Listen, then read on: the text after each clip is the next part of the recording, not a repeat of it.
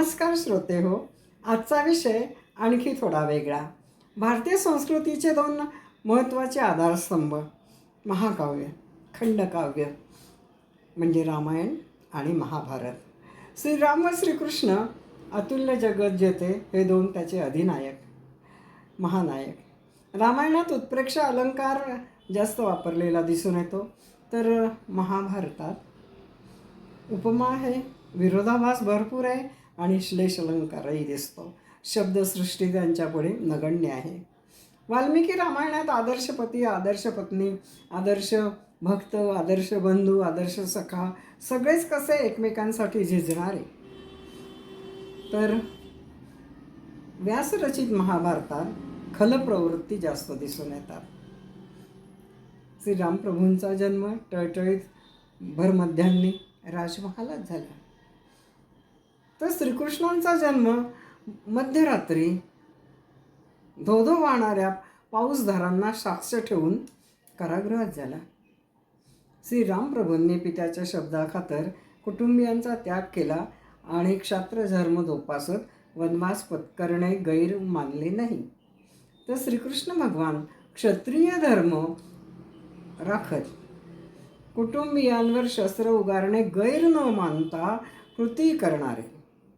श्रीराम प्रभू theory, तर Shrikrishna practical. श्रीप्रभूंनी जन्मभूमीला स्वर्ग मानले, तर कर्मभूमीला श्रीकृष्णांनी स्वर्ग बनावले.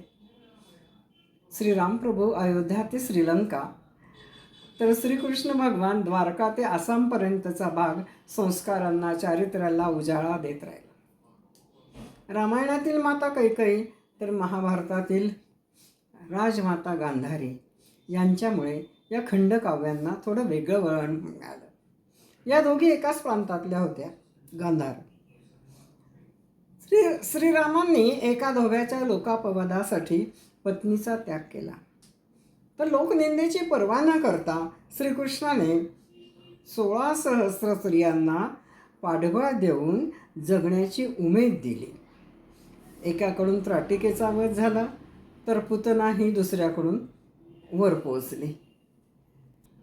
श्रीरामप्रभू समुद्रधुनी पार करून श्रीलंकेला नष्ट करण्यात यशस्वी झाले, तर श्रीकृष्णांनी समुद्रातच सोन्याची द्वारका उभारली. युधिष्ठिराने श्रीकृष्णाच्या मदतीने राज्य स्थापन केले, उभारणी केली, तर सुग्रीवाला रामप्रभूंनी राज्य मिळवून दिले. शबरीची बोरं श्रीरामप्रभूंना आनंद देऊन गेली, तर सुदाम्याच्या पोह्यांनी श्रीकृष्णाच्या मैत्रीला सोनेरी झालर लावली. कैकेयीच्या वचनानुसार रामप्रभूंनी वनवास पत्करला, तर गांधारीच्या शापाप्रमाणे श्रीकृष्णाच्या यादव कुळाचा अंत झाला. श्रीरामप्रभू राम या नावाप्रमाणे सरळ मार्गी, तर श्रीकृष्ण जोड शब्द त्याप्रमाणे अवघड व समजायला कठीण.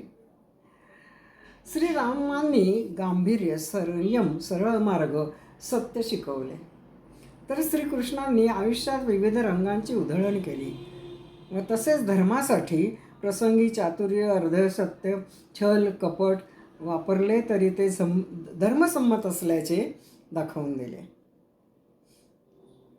यात रामायण काळात रामाच्या प्रभावामुळे जनता, समाज हा धीरगंभीर, संयमी व विद्वान बनला होता.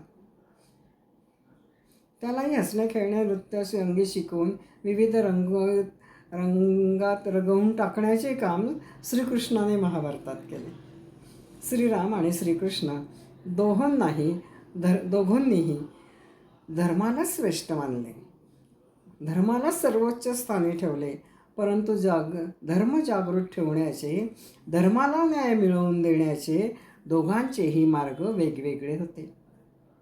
या दोन व्यक्तिरेखा विरोधाभास असलेले आहेत, सर्व भारतीयांना पूजनीय आहेत व संपूर्ण जगाचे ते दोन अभूतपूर्व आधारस्तंभ आहेत आणि दीपस्तंभ आहेत. म्हणून दोघांनाही नमन करून इथेच थांबते. धन्यवाद. लाईक करा, शेअर करा आणि सबस्क्राईब पण करा.